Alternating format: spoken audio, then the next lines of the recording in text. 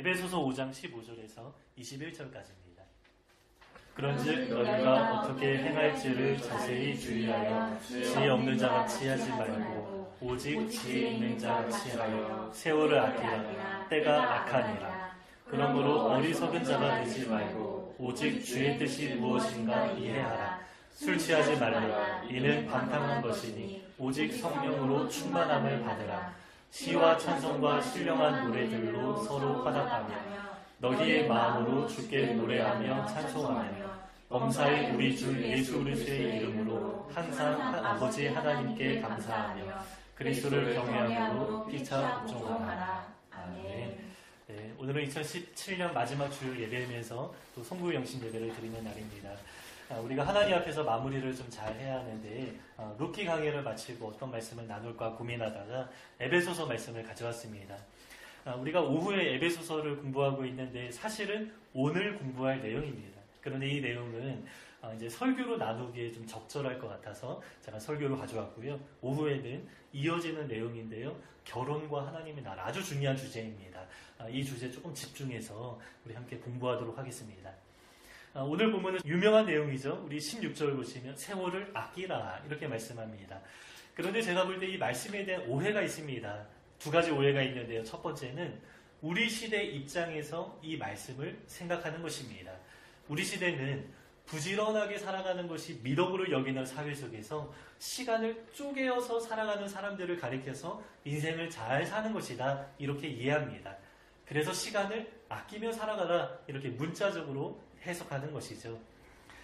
그러나 제가 전에 좀 본 책 중에 그 시간의 횡포라는 책이 있습니다.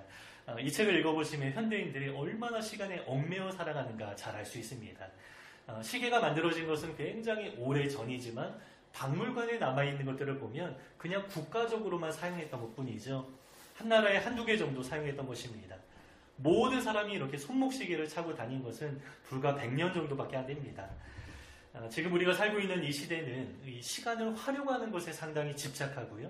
또 시간이 곧 돈이다라고 생각하면서 시간에 굉장히 얽매여서 살아갑니다. 죄책감과 은혜라는 책도 있는데요. 이 책에서는 현대인의 굉장히 큰 죄책감 중에 하나가 시간에 대한 죄책감이 있다라고 말합니다. 조금 쉬면서 우리가 여유롭게 살아갈 수도 있는데 일정한 어느 시간 안에 많은 것을 하지 못하면 죄를 지은 것 같은 이러한 느낌을 받는다라는 것입니다. 그러나 저는 좀 이러한 흐름에 조금 벗어날 필요가 있다라고 생각합니다. 산업혁명 이후에 우리 인간의 삶이 굉장히 많이 달라졌는데 너무 바빠졌습니다. 생산과 소비가 많아지면서 편리함도 생겼지만 그만큼 인간성도 굉장히 많이 말살되었습니다. 우리 사람은 인간답게 살아가야 하는데 지금 현대인은 기계처럼 살아가죠.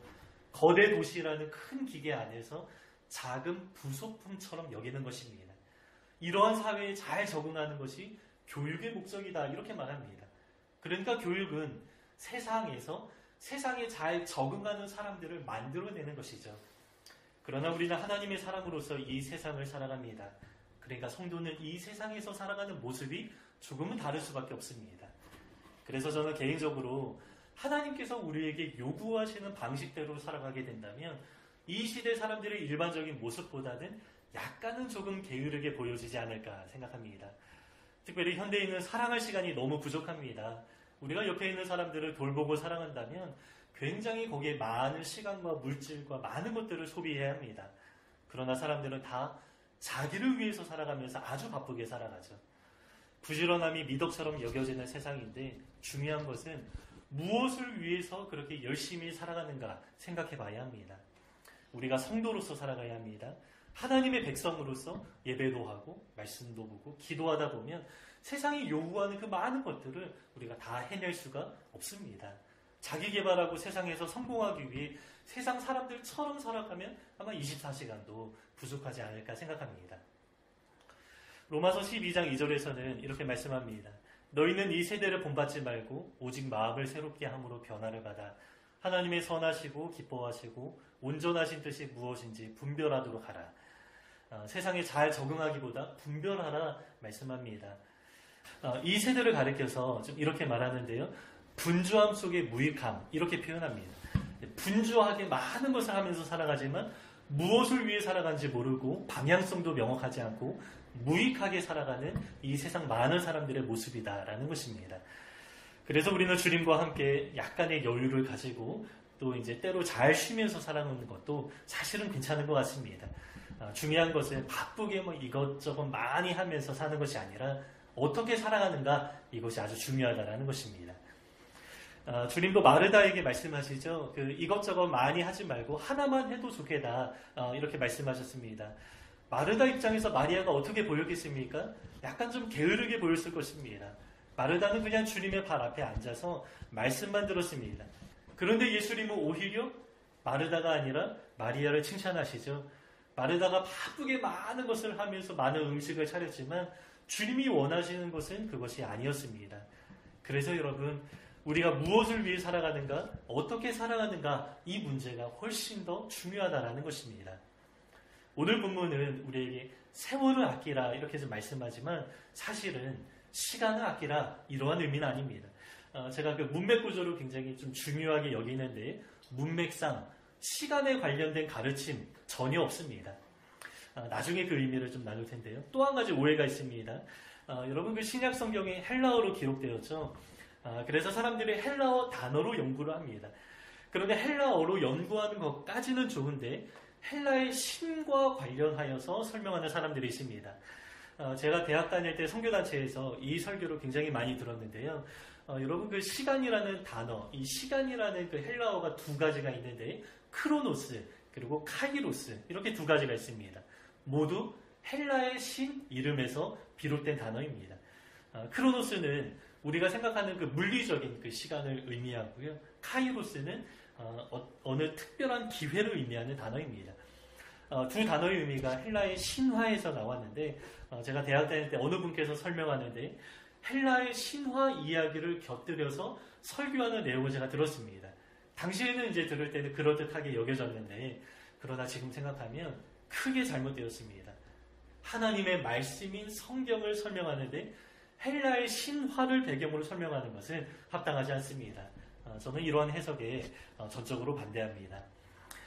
물론 시간을 아끼라라는 해석이나 기회를 잡으라, 이제 크로노스가 그런 의미인데요.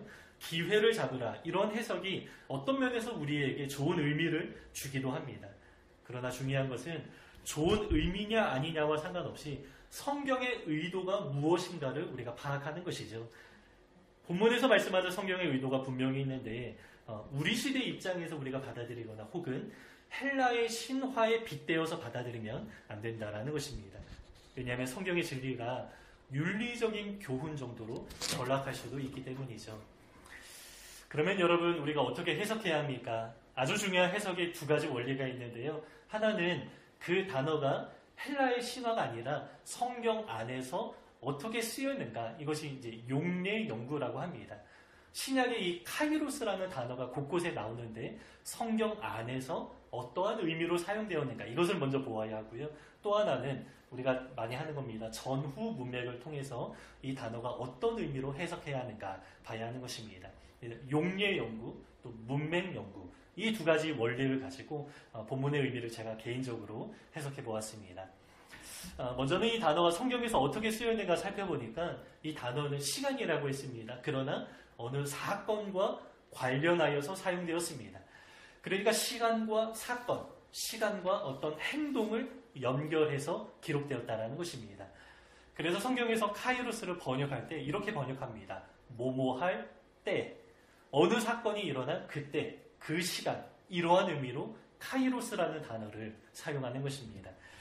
예를 들면 갈라디아에서 아주 유명한 표현이 나오는데요. 때가 참에라는 표현입니다.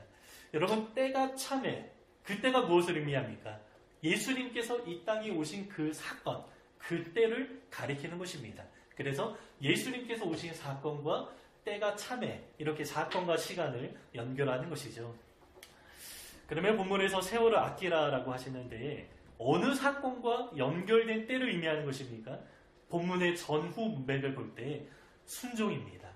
순종이라는 우리의 행동, 순종이라는 사건과 연결하여서 시간을 이해하는 것입니다. 그래서 그냥 시간을 아끼라 이렇게 이해해서도 안 되고 좋은 기회를 잡으라 이렇게 해석해서도 안 됩니다. 세월을 아끼라, 이 말씀은 순종해야 할 때 순종하는 삶을 살아가라. 순종할 기회가 찾아왔을 때 순종해야 된다. 이러한 의미로 우리에게 말씀하는 것입니다. 우리 16절에 세월을 아끼라 이렇게 말씀하는데요. 우리 전후 내용을 잠깐 볼까요? 15절을 보면 지혜를 갖고 자세히 주의하여 살펴보면서 어떻게 행동할 것인지 생각하라 말씀하죠. 우리 17절 잠깐 보면요. 주의 뜻이 무엇인지 이해하라. 주의 뜻을 이해하고 행동하라. 무슨 말씀입니까? 순종하라 라는 것이죠. 이렇게 전후 문맥을 한 문장으로 요약하면 이렇습니다. 때가 악하기 때문에 순종하라. 그것이 세월을 아끼는 것이다 라는 것입니다. 여러분, 때가 악하기 때문에 시간을 아끼라. 좀 어색하죠? 그러나 때가 악함으로 순종해라. 이렇게 해석하면 아주 자연스럽습니다. 그러면 여러분, 순종과 시간이 어떻게 연결됩니까? 순종하지 않는 시간은 하나님 앞에 의미가 없는 시간입니다. 불순종하는 시간은 쓸데없어 버리는 시간과 같습니다. 따라서 아무리 바쁘게 열심히 살아가도 그 삶에 하나님에 대한 순종이 없다면 무익한 시간, 버리는 시간, 쓸데없는 시간, 의미가 없는 시간이 된다라는 것이죠. 따라서 세월을 아끼는 유일한 방법이 무엇입니까? 주의 뜻이 무엇인가 분별하여서 순종하는 삶을 살아가는 것입니다. 오직 순종하는 시간만이 하나님 앞에서 의미 있는 시간입니다. 여러분, 세상 사람들이 정말 열심히 살아가지 않습니까? 그러나 하나님 앞에서라면 그 모든 행위가 다 의미가 있는 것은 아닙니다.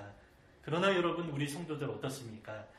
하나님을 섬기면서 세상에서 열심히 살아가기도 합니다. 그러나 물리적으로 현실적으로 어려운 면도 있습니다. 말씀 보고 기도하고 예배하는 시간만 빼도 꽤 많은 시간이 부족하죠. 그러나 우리가 순종하는 삶을 살아갈 때 그 시간은 어떤 시간보다 하나님 앞에 의미가 있고요. 보석같이 값진 시간이 되는 것입니다. 그래서 오늘 본문은 시간 활용을 잘하거나 기회를 잡으라거나 이러한 윤리적인 교훈을 우리에게 주는 것이 아니라 순종하는 시간만이 우리에게 의미가 있다. 이렇게 말씀하는 것입니다. 그러면서 이어지는 내용이 무엇입니까? 술 취하지 말라 말씀하시죠. 여기도 갑자기 술 이야기가 나오니까 조금 이상해집니다. 세월을 아끼라라고 하면서 술 취하지 말라라고 하는데 세월을 아끼는 것은 순종하는 삶을 권면하는 것이라고 했습니다. 그리고 술에 취하는 것은 불순종하는 삶의 대표적인 모습이 됩니다. 그러면 여러분, 순종하는 삶의 비결은 무엇입니까? 성령의 충만을 받는 것입니다.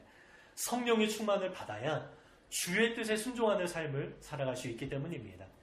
따라서 내용이 정확하게 연결되는 것이죠. 이 순종과 불순종에 대해서 말씀하시면서 그 대표적인 특징을 하나씩 말씀합니다. 성령 충만, 또 술에 취하는 모습을 연결하는 것입니다. 여러분, 순종하는 삶이 쉽습니까? 어렵습니까? 답은 두 가지입니다. 어떤 사람은 쉽고요. 어떤 사람은 어렵습니다. 어느 때는 쉽고요. 또 어느 때는 어렵습니다. 여러분, 기준이 무엇입니까? 성령 충만입니다. 성령으로 충만한 사람은 순종이 너무나 쉽고 자연스럽습니다. 그 안에 기쁨이 있고 그 방향대로 살아가고자 마음에 원함이 생기는 것입니다. 그러나 성령으로 충만하지 않고 내 욕구가 앞서는 사람은 순종이 참 어렵죠. 포기하는 것이 어렵습니다. 우선은 내 욕망을 채우고 싶어 합니다. 그래서 순종하려고 애써도 아무리 노력하려고 해도 잘 안 되기도 하죠. 그래서 여러분, 우리가 정말 애써야 할 것이 무엇입니까? 열심히 순종하려고 노력하는 것이 아닙니다. 물론 그것도 중요하지만 더 중요한 것은 성령으로 충만해지는 것입니다. 그래야 자연스럽게 순종할 수 있게 되는 것이죠. 누가복음에서 예수님이 우리에게 그 유명한 교훈을 주십니다. 구하라, 찾으라, 두드리라 말씀하면서 마지막 결론이 무엇입니까? 구하는 자에게 성령을 주지 않으시겠느냐? 그러면 무엇을 구하고 찾고 두드리라는 말씀입니까? 성령님을 구하라, 성령님을 찾으라, 성령님께 두드리라, 이렇게 말씀하는 것입니다. 그러면 여러분, 성령 충만은 무엇입니까? 조금 추상적인 단어죠. 그래서 본문은 성령 충만의 두 가지 증거를 아주 구체적으로 우리에게 말씀해 주십니다. 그래서 이러한 두 가지 모습이 우리 삶 가운데 나타나면 그 사람은 성령으로 충만한 사람입니다. 어떤 사람입니까? 두 가지입니다. 감사하는 사람입니다. 찬송하는 사람입니다. 우리 19절을 보시면 시와 찬송과 신령한 노래를 부르며 서로 화답하며 라고 말씀하는데요. 공동체 안에서 찬양하는 모습을 가리키는 것이죠. 우리가 한 목소리로 하나님을 예배하는 모습을 묘사합니다. 그리고 이어진 말씀을 보면 너희 마음으로 주께 노래하며 찬송하며, 이 마음을 중요하게 여깁니다. 이제 좀 개인적인 찬송을 의미하는 것 같습니다. 어쨌든 성령으로 충만하면 자꾸 하나님을 예배하고 찬양하는 것이 즐겁고 개인의 삶 가운데서도 마음으로 하나님을 노래하고 찬양하고 싶어하는 그런 마음이 자연스럽게 나타난다라는 것입니다. 여러분, 이렇게 우리가 성령으로 충만하면 찬양하게 됩니다. 그냥 노래가 좋아서 막 흥얼거리는 것이 아니라 본문에서는 마음으로 주께 노래하고 찬양하라 말씀하는데 마음을 강조합니다. 전심으로 하나님을 높이고 싶어하는 마음이 아주 자연스럽게 일어나는 것입니다. 그래서 오늘도 우리 아주 옛날 찬송가를 불렀는데 옛날 찬송가가 곡이 좀 세련되진 않지만 우리 찬송가 그 한마디 한마디에도 가슴이 울리고 감동이 전해질 때가 있죠. 이것이 바로 성령님이 우리 안에서 역사하신 결과입니다.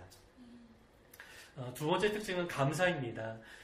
이렇게 말씀합니다. 범사에 우리 주 예수 그리스도의 이름으로 항상 아버지 하나님께 감사하라. 제가 이 문장을 보니까 이 문장 안에는 굉장히 많은 이야기가 집약되어 있습니다. 한 문장 안에 감사의 대상, 감사의 조건, 감사의 내용 이렇게 요약되어 있습니다. 그래서 저는 이 문장이 좀 엑기스와 같다 이러한 생각이 듭니다. 감사의 대상은 아버지 하나님이십니다. 여러분, 감사의 조건은 무엇입니까? 우리 주 예수 그리스도의 이름으로 감사하는 것입니다. 감사의 조건은 다른 것이 아닙니다. 예수 그리스도의 이름 하나입니다. 왜냐하면 그분만으로 충분하기 때문이죠. 우리 주변에 나를 알고 나를 위해주는 영웅 한 명이 있다면 여러분 마음이 어떨까요? 그 사실 하나만으로 내 마음이 정말 든든할 것만 같습니다. 그 친구 하나 있는 것만으로도 충분하다 이러한 마음이 들 것만 같습니다. 정말 마음이 안심이 되고 든든한 마음으로 살아갈 수 있을 것 같습니다. 근데 여러분, 예수님이야말로 우리의 진정한 영웅이 되십니다. 저는 지난 성탄절 보내면서 예수님이 오셔서 모든 것이 끝났다 이러한 마음이 들었습니다. 모든 문제가 해결되었다 고백하게 되었습니다. 여러분, 예수님이 오셨기 때문에 죄의 문제, 죽음의 문제를 해결해 주셨고 우리 한 사람 한 사람의 이름을 부르시고 우리를 사랑해 주십니다. 그리고 하나님 나라 약속해 주셨죠. 그리고 날마다 우리 2주 전에 나눈 내용입니다. 날마다 우리의 짐을 대신 지시는 주 이렇게 고백합니다. 여러분, 우리가 이 사실을 생각할 때에 그분의 이름만으로 충분히 감사할 수 있습니다. 그래서 주님이 우리에게 오셔서 정말 다행입니다. 내 마음에 정말 안심이 됩니다. 주님 우리에게 오셨습니다. 그분을 찬양합니다. 우리가 이렇게 고백할 수 있는 것입니다. 마지막으로 감사의 내용이 있는데요. 감사의 내용은 범사라고 합니다. 여러분, 우리는 모든 일에 감사합니다. 성령 충만한 사람이 그렇습니다. 그런데 여러분, 모든 일이라고 하죠. 여기서 모든 일 안에는 좋은 일도 있고요. 그렇지 않은 일도 있습니다. 감사할 조건도 있고요. 불평할 만한 일도 있습니다. 그런데 여러분, 성령 충만한 사람은 범사라고 합니다. 모든 일에 감사합니다. 왜 그렇습니까? 하나님을 신뢰하기 때문입니다.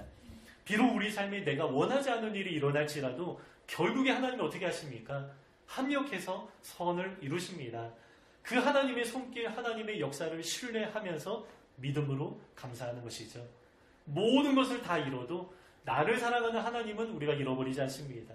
심지어 목숨을 잃어도 우리 영혼은 구원받습니다. 그래서 모든 일에 범사에 감사할 수 있는 것이죠.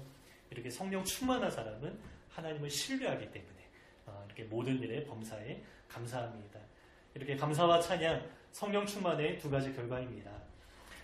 우리 마지막 21절을 좀 볼까요? 우리 21절 함께 읽어보겠습니다. 시작.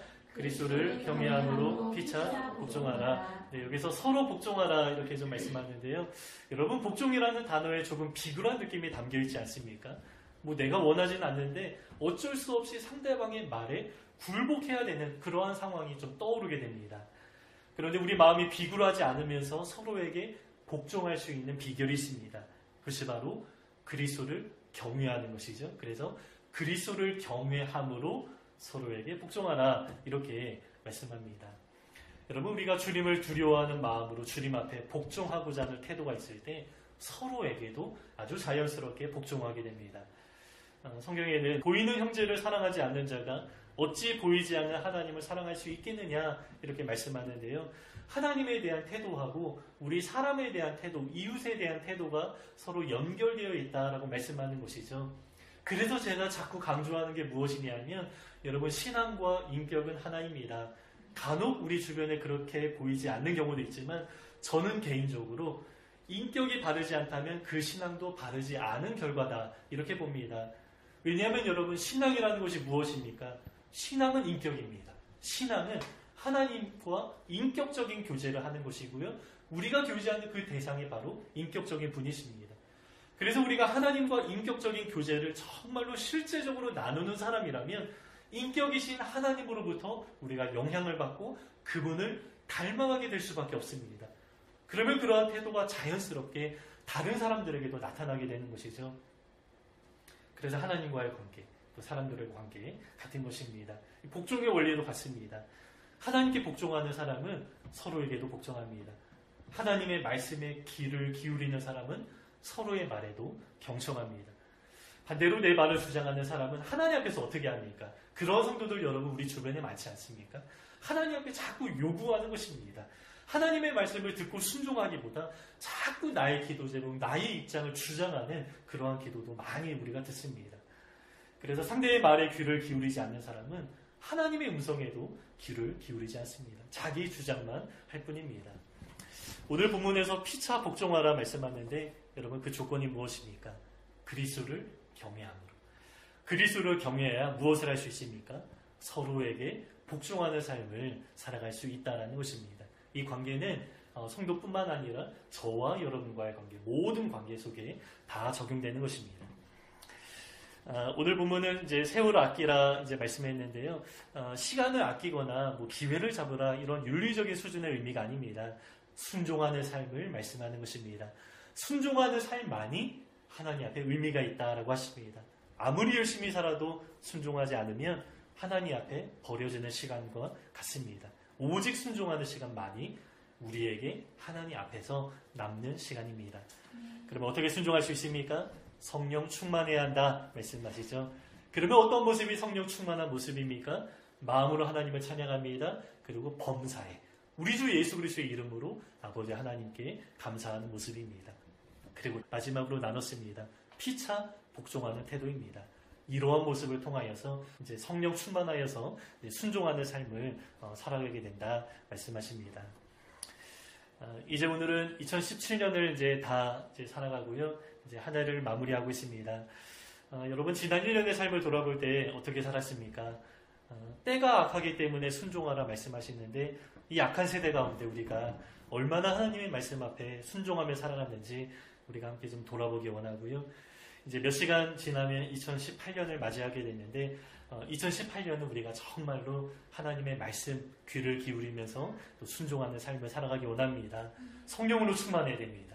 성령 충만해서 감사와 찬양이 넘치는 삶이 되면 우리가 그렇게 살아갈 수가 있습니다. 그래서 주를 경외하고 또 공동체 안에서도 피차 복종하면서 한 몸을 이루는 삶을 살아가야 됩니다. 우리가 이러한 마음으로 살아가면 좋겠습니다. 그래서 이 어둡고 악한 세대 가운데 주 안에서 의미 있는 시간을 살아내는 우리 모두가 되시기를 주님의 이름으로 축복합니다. 오늘 본문 다시 한번 읽고 말씀을 마치겠습니다. 우리 함께 읽겠습니다. 그런즉 너희가 어떻게 행할지를 자세히 주의하여 지혜 없는 자같이 하지 말고 오직 지혜 있는 자같이 하여 세월을 아끼라. 때가 악하니라. 그러므로 어리석은 자가 되지 말고 오직 주의 뜻이 무엇인가 이해하라. 술 취하지 말라. 이는 방탕한 것이니 오직 성령으로 충만함을 받으라. 시와 찬송과 신령한 노래들로 서로 화답하며 너희의 마음으로 주께 노래하며 찬송하며 범사에 우리 주 예수 그리스도의 이름으로 항상 아버지 하나님께 감사하며 그리스도를 경외함으로 피차 복종하라.